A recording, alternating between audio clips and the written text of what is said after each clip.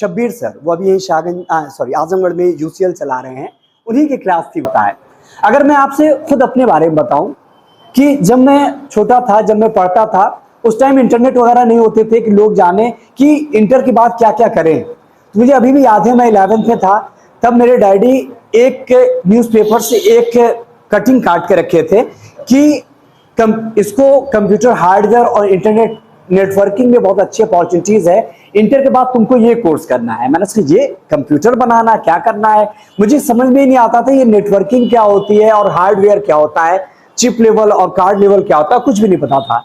फिर इंटर जब मैंने किया तो मुझको कहने लगे कि कहाँ करना है पता करो। मैं घर नहीं छोड़ना चाहता था, मैं होम सिक हूँ, मुझको खाना बनाना भी आज भी नहीं आता और बनाना चाहता भी नहीं हूँ, तो मैं बाहर नहीं जाना चाहता था, घर पे ही रहना चाहता था। तो मैंने अपने शाहगंज में एक इंस्टीट्यूट देखा जहाँ पर कंप्यूटर हार्डवेयर और नेटवर्किंग सिखा रहे थे। तो मैं वहां पर गया, कुछ दिन किया, एक ही SNPS को बनाने में काफी टाइम लगा रहे थे। तो आप जान सकते हैं एक टाउन एरिया था। उसके बाद एक लड़का मिला, मुझको कहा कि यहाँ पे इंग्लिश स्पीकिंग भी सिखाया जाता है, इंग्लिश भी सीख लो। मैंने सोचा जब कंप्यूटर इंजीनियर बनूंगा तो मुझे अच्छी जॉब चाहेगी, इंग्लिश में ही कम्युनिकेट करना होगा। तो मैं गया, एक इंस्टीट्यूट था ट्रू मेंस एकेडमी, अभिषेक सर चलाते थे। उसमें एक टीचर आए हुए थे नए नए, शब्बीर सर, वो अभी यही शाहगंज सॉरी आजमगढ़ में यूसीएल चला रहे हैं, उन्हीं की क्लास थी वो। तो जब मैं गया, मैंने देखा उनके क्लास में बैठ के कि क्लास करा रहे हैं जूनियर सीनियर सब एक में, बिना डिसिप्लिन के, विदाउट प्रॉपर क्लासेस के, कि कभी भी मतलब प्रॉपर स्टेप बाय स्टेप जो ग्रामर जैसे आप पढ़ रहे हैं, ये सारी चीज़ें वहाँ नहीं थी। नहीं आपको प्रॉपर बैच मिले, ना ही स्टेप बाय स्टेप ग्रामर्स हो। मैं किया कुछ दिन, मगर मुझे समझ नहीं आया। फिर मुझे समझ में आया we have to loss for something else, मुझे कुछ पाने के लिए कुछ खोना पड़ेगा, मुझे अपने सेफ जोन से बाहर निकलना पड़ेगा। सेफ जोन मेरा घर था, मेरा शहर था। फिर उसके बाद मैंने डिसाइड किया कंप्यूटर में भी कुछ अच्छा इंप्रूवमेंट नहीं आ रहा था, क्योंकि जब आप छोटे शहर में रहते हैं, छोटी जगह पर रहते हैं, अपॉर्चुनिटीज कम मिलती है, और दूसरी चीज अच्छे लोग कम मिलते हैं जिनको देख कर आप कुछ सीखें, अच्छा एनवायरनमेंट भी नहीं मिल पाता है। तो मैंने डिसाइड किया किसी भी तरह से मुझको निकलना होगा, कुछ महीने के लिए मैं बाहर जाऊं तो शायद कुछ कर लूं। फिर मैं दिल्ली गया, फिर वहां पर मैंने रूम वगैरह लिया लक्ष्मी नगर में। मुझको वहां पर एक कंप्यूटर इंस्टीट्यूट मिला और एक इंग्लिश स्पीकिंग क्लास भी मिला। तालिब सर थे हमारे टीचर, काफी अच्छे टीचर थे। उन्होंने मुझको, मैं उनसे काफी कुछ सीखा, कैसे बच्चों के साथ पोलाइट रहना है, उनकी रिस्पॉन्सिबिलिटी कैसे लेनी है। ऐसा नहीं कि आपने एडमिशन लिया तो फीस दे दिए फिर आपकी जिम्मेदारी खत्म, लास्ट एंड तक टीचर को अपने स्टूडेंट की मैंने काफी कुछ सीखा। मुझको देख रहे हैं ना, जैसे मैं आपके लिए हर टाइम तैयार रहता हूं, वैसे मेरे टीचर भी मेरे लिए तैयार रहते थे। कभी भी कोई भी वर्ड पूछ दो, वो कभी भी डांटते नहीं थे, कभी भी ये नहीं कहते थे तुम इस क्लास को इतना छोटा नहीं। मैं उस स्टेज पे भी अगर उससे मैं एप्पल की स्पेलिंग में पूछता तो मुझको प्यार से बताते।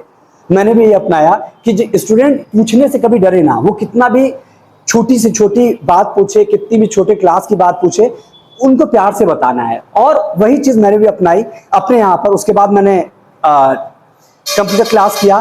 उसके बाद कुछ रीजन से मुझको दिल्ली छोड़ना पड़ा।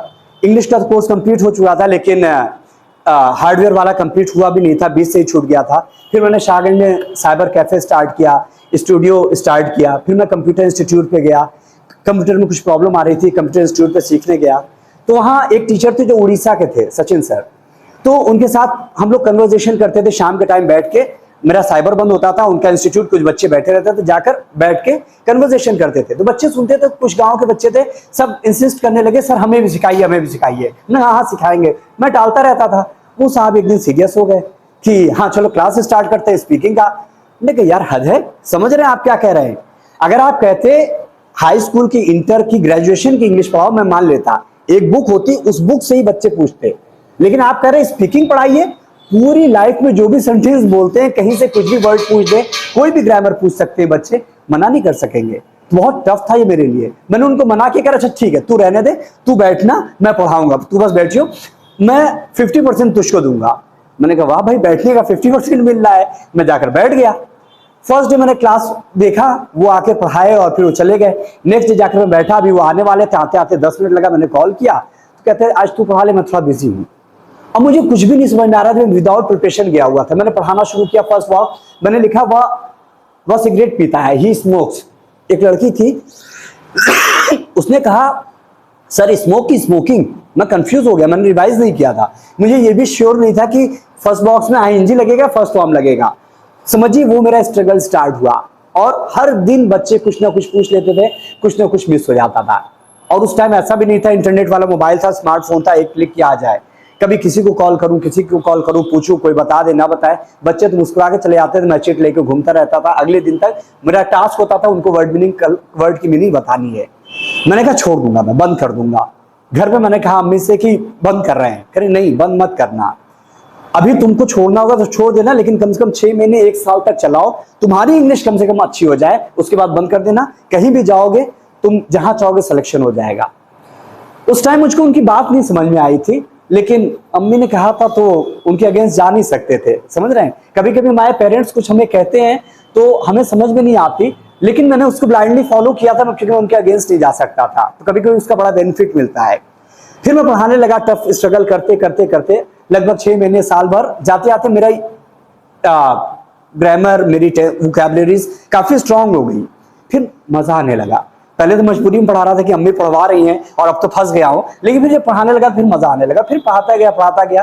फिर उसके बाद मुझको कहा कि अब जाओ तुम, दो कुछ, कब तक ये सब करोगे।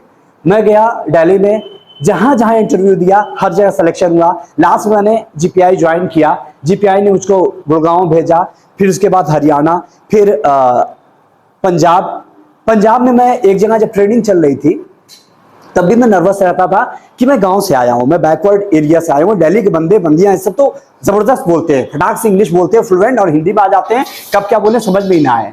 तो मैं थोड़ा सा ये रहता था, मन में ये था कि मैं वीक हूं, मैं बैकवर्ड एरिया से बिलोंग कर रहा हूं। तो एक दिन क्या हुआ कि एक ट्रेनिंग चल रही थी, तो एक लड़का आकर परफॉर्म कर रहा था, बोल रहा था। तो ट्रेनर जो थी उन्होंने कहा कैसे बोलना है, क्लियर बोल, तू इधर आ तू। मैं सोचा मुझको, मैं कि हाँ तू इधर आ, देख इससे सीख कैसे बोलते हैं, चल तू बोल के फिर से दिखा।